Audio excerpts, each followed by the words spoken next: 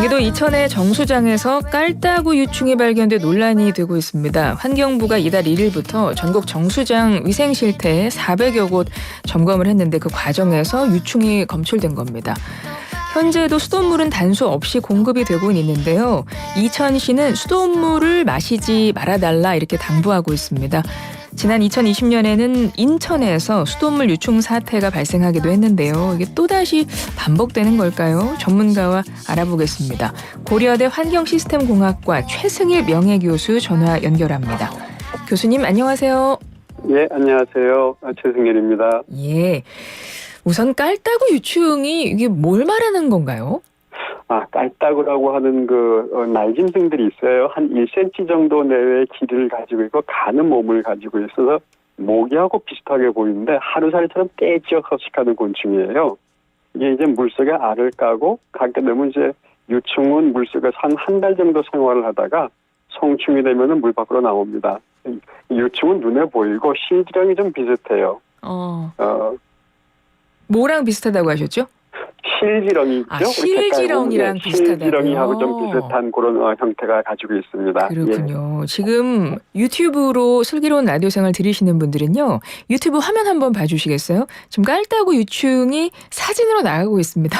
혹시 놓치실지 모르겠어요. 사진을 정말 깔따구 유충을 이렇게 딱 따온 것처럼 약간 주황색으로 정말 실지렁이처럼 생겼습니다. 그렇군요. 이게 눈에 보이는군요.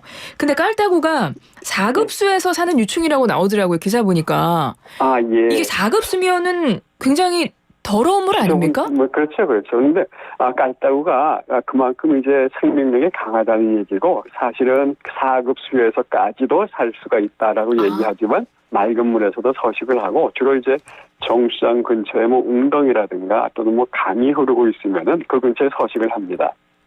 이번에 이달 1일부터 환경부가 전국의 정수장 435곳 위생 실태를 점검했는데 이천 정수장에서 지금 깔따구 유충이 검출됐다는 거잖아요. 일단은 지금은 이곳에서만 검출된 걸로 확인이 되나요?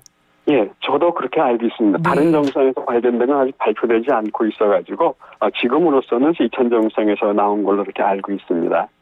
환경부가 역학조사해서 발생 원인을 찾는다고 하는데 교수님 이 발생한 원인 어떻게 추측하고 계세요? 이제 환경부가 역학조사를 한다는 건 굉장히 엄밀한 의미에서 역학조사를 한다는 얘기고요. 네. 일반적으로는 깔따구는 그렇게 특별한 개체도 아니고 여름철에 우리나라 공원이나 강변에서 하루살이처럼 흔히 볼 수 있는 생물이거든요. 그래서 이번에는 정수장 근처에 웅덩이라든가 또는 강가 이런 데서 서식하고 있던 깔따구가 정수장으로 날아들어서 알을 까고 그게 이제 유충으로 돼서 나온 것 같습니다. 그렇게 생각이 드네요. 그런데 다만 이제 예년보다 좀 일찍 나타난 거는 기후변화로 겨울이 따뜻하니까 이제 그 깔따구가 살아남을 확률도 높아졌고 이제 날씨가 일찍 더워지니까 예년보다 일찍 이게 많이 나오는 것 같아요.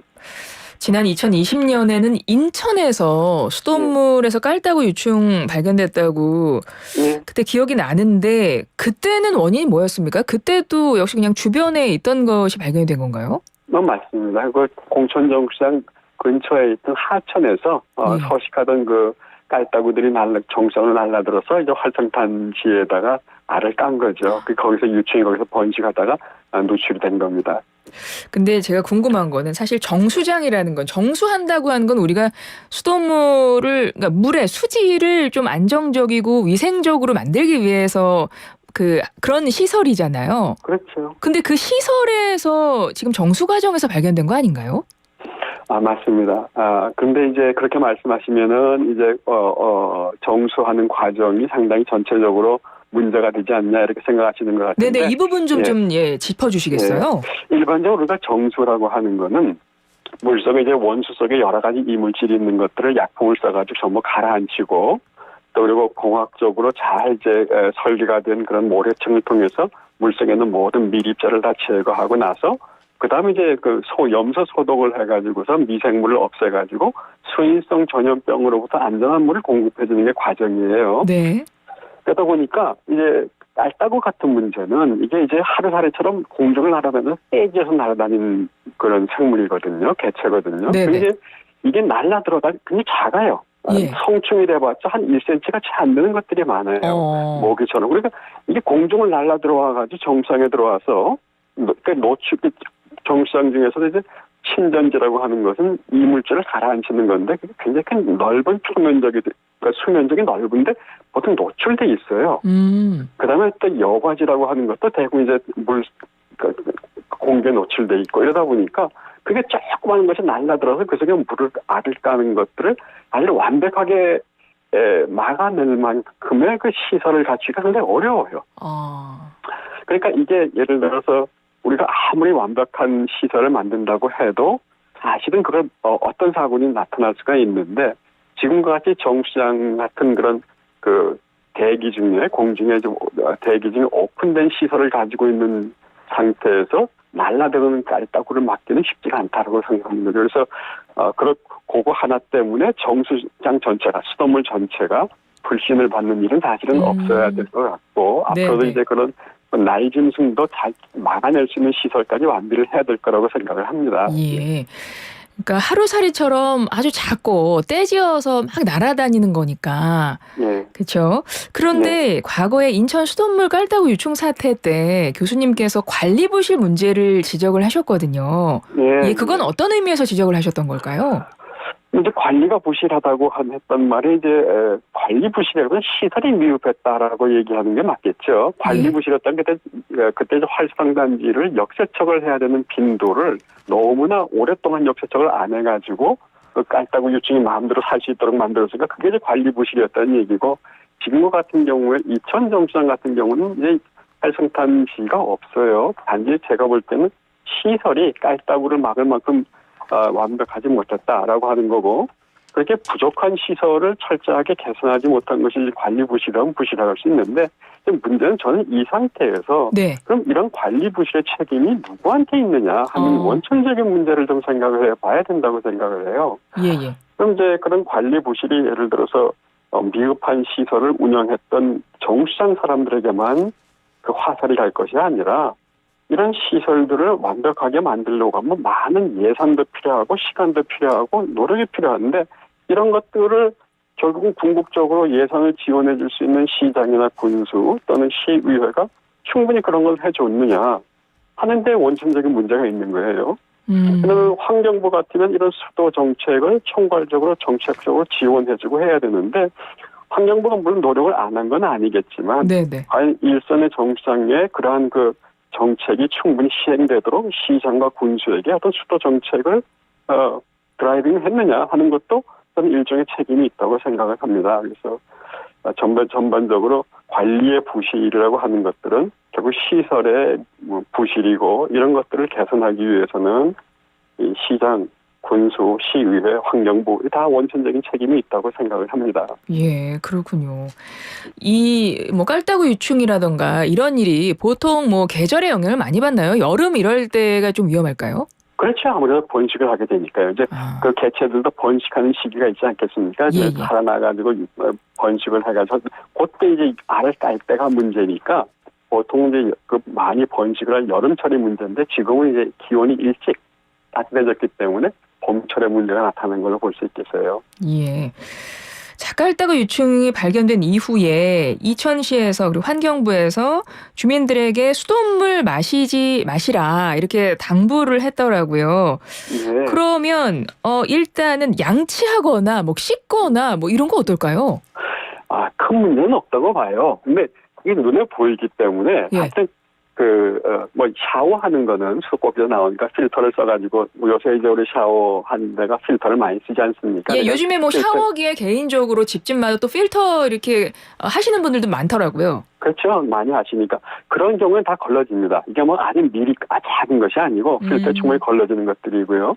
서로 이제 수도꼭지에서 나와서 양치를 할 때 나온다고 해도 눈에 보이기 때문에 그물로 양치를 하실 가능성은 별로 없으세요, 사실은. 근데 눈에 보여도 만약에 하신다고 해도 기분은 찝찝하고 불안하지만 건강상의 유해는 없는 것도 알고 있어요. 깔따구가 유해한 생물은 아닌데 단지 어떤 분들한테 굉장히 민감한 분들한테는 알러지 현상이나 또는 천식 같은 것도 조금 유발할 수 있다라고 나는 뭐 보고는 있지만 네. 일반적으로는 아무 문제가 없고요. 특히 유충이 그런 그 뭐 천식이나 알러지 같은 걸 유발한다는 보고는 아직 없는 걸로 알고 있어요. 그래서 건강상은 문제가 없는데 네. 단지 이제 수돗물에서 벌레가 나오니까 이건 기분이 아주 안 좋은 거죠. 그렇죠. 그 물을 마실 용기는 아무도 없고 마시라고 얘기도 못 하는 거죠. 네, 그렇죠. 네. 그렇죠. 근데 씻으려고 해도 이게 눈에 보이기 때문에 사실 그물로 이게 좀 씻기가 조금 좀 그렇긴 하죠. 그렇긴 그래도 하죠.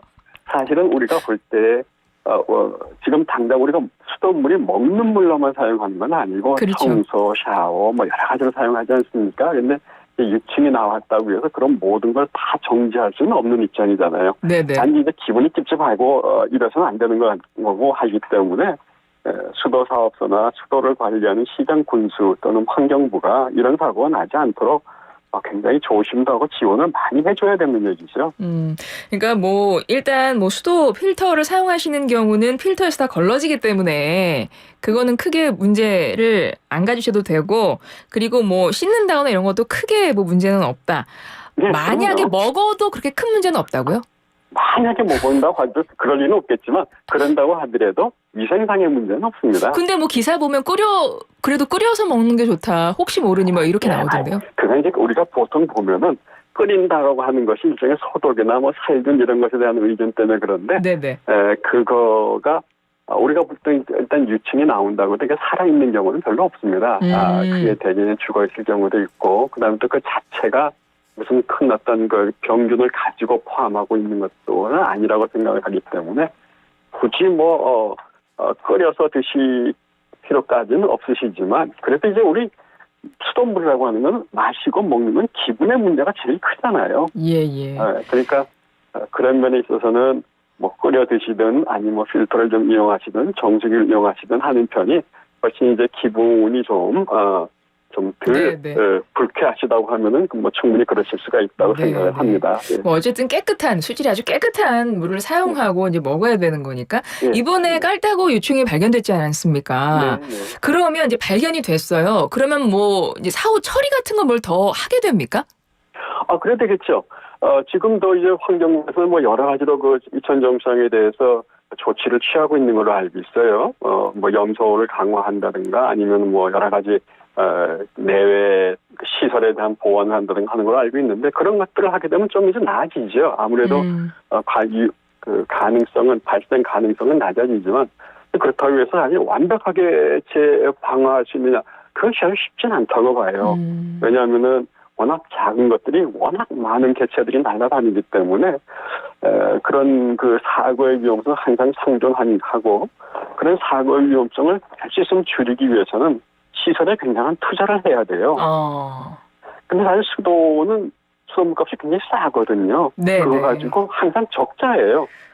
그러다 보니까 시설을 완벽하게 한다라고 하는 그 예산을 뭐 시의회나 시장으로부터 지원받기가 쉽지가 않으니까 사고의 위험성을 줄이기도 또 쉽지 않다 이렇게 생각을 하고 있어요.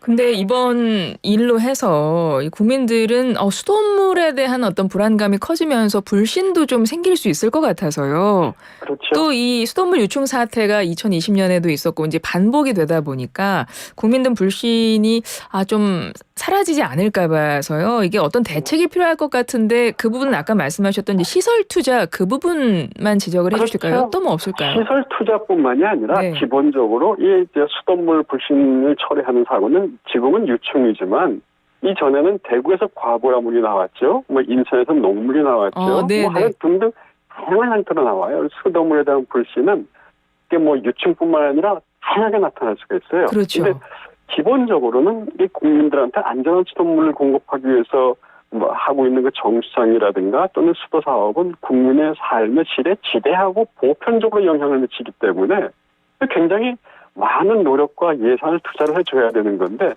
환경부나 시장 군수 또는 지방의회도 이런 인식이 없어요.